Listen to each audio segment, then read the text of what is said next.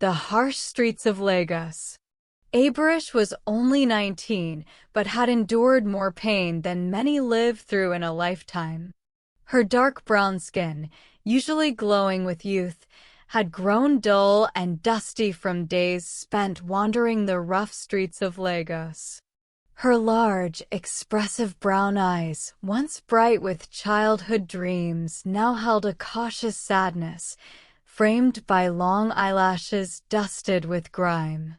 She was small, barely 5 feet tall, with a fragile frame wrapped in a faded blue dress torn at the hem, and her worn-out sandals barely protecting her feet from the blazing sun. Since losing her parents in a tragic village fire 2 years ago, Abrish had become a homeless maid, surviving by cleaning homes, washing clothes, and begging for scraps. The world often ignored her, treating her like air, but her heart held a quiet hope for something better. One hot morning, as she swept near a bustling market street filled with hawkers shouting and children running, Abrish heard a faint cry that pierced through the noise. The man on the road. Abrish's heart pounded as she turned towards the sound. There, sprawled on the dusty road, lay a man. His expensive clothes, an immaculate white embroidered shirt, and tailored dark pants were smeared with dust and sweat. His face, handsome and sharp, was pale and clammy. She hurried to his side, dropping her broom. "Sir, are you okay? Please, wake up." Her voice trembled as she gently shook his shoulder. The man's jet-black hair was thick but tangled, and a faint shadow of stubble traced his jawline. His dark hazel eyes fluttered open briefly, then closed again. He was barely 28, but the exhaustion on his face made him seem older. Around them, people continued walking, indifferent to the scene. But Abrish knelt beside him, determined to help. Abrish remembered some first aid tips she had once learned from a kind nurse in a clinic. She carefully gave the man water from a small bottle she carried, wiping his sweaty forehead with a cloth torn from her dress. Minutes felt like hours until a kind driver stopped his car and offered to take them to the hospital. Abrish climbed in, clutching the man's hand, whispering prayers for him to survive.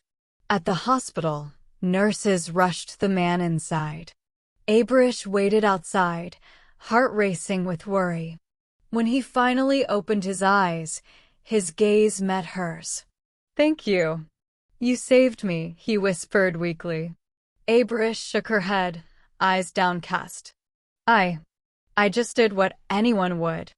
What Abrish didn't know was that this man, Dinio, was the heir to one of Africa's largest telecommunications empires. His family's wealth was unimaginable, their power far-reaching. After recovering, Dinio insisted on finding the brave girl who saved his life. His family offered money, gifts, but Dinio wanted to meet Abrish personally. Their first meeting was awkward. Dinio was tall, around 6 feet, with a strong build and a calm, intelligent presence. His dark hazel eyes, framed by thick eyebrows, softened when he looked at Abrish. "Why did you help me when others passed by?" he asked gently. Abrish's lips trembled as she answered honestly, "Because everyone deserves kindness, no matter who they are." As days turned to weeks, Dinio and Abrish met often. He listened as she shared her story, her life on the streets, the loss of her parents, her dreams to go back to school. Dinio admired her courage and honesty. He promised to help her but sensed her fear of rejection, of being unworthy. Slowly, Abrish allowed herself to hope, though her heart remained guarded. Dinio introduced Abrish to a world she had never seen: luxurious mansions, elegant dinners, bustling offices where decisions shaped nations. At first, Abrish felt like an outsider. Her simple dress and shy manners were a stark contrast to the glittering world around her. She heard whispers, "Who is this girl? She doesn't belong here." But Dinios stood beside her, unwavering. He helped her enroll in school, encouraged her to learn and grow. Not everyone welcomed Abrish. Some of Dinios' relatives, jealous of her humble beginnings, spread rumors and tried to keep her away. Abrish received threats, cold stares, and cruel words. One night, alone in her small rented room, tears flowed freely. She thought about running back to the streets where at least no one pretended to care. But Dinios' words echoed in her mind, "You are stronger than you believe." At a lavish family gathering, Abrish took a deep breath and stood before the crowd. "I may come from humble beginnings, but my heart is strong," she said steadily, voice clear. "It was kindness that brought me here, not wealth or status." Her courage silenced the room. Eyes that had once judged now looked with respect. Dinios smiled proudly, squeezing her hand. "You belong here, Abrish."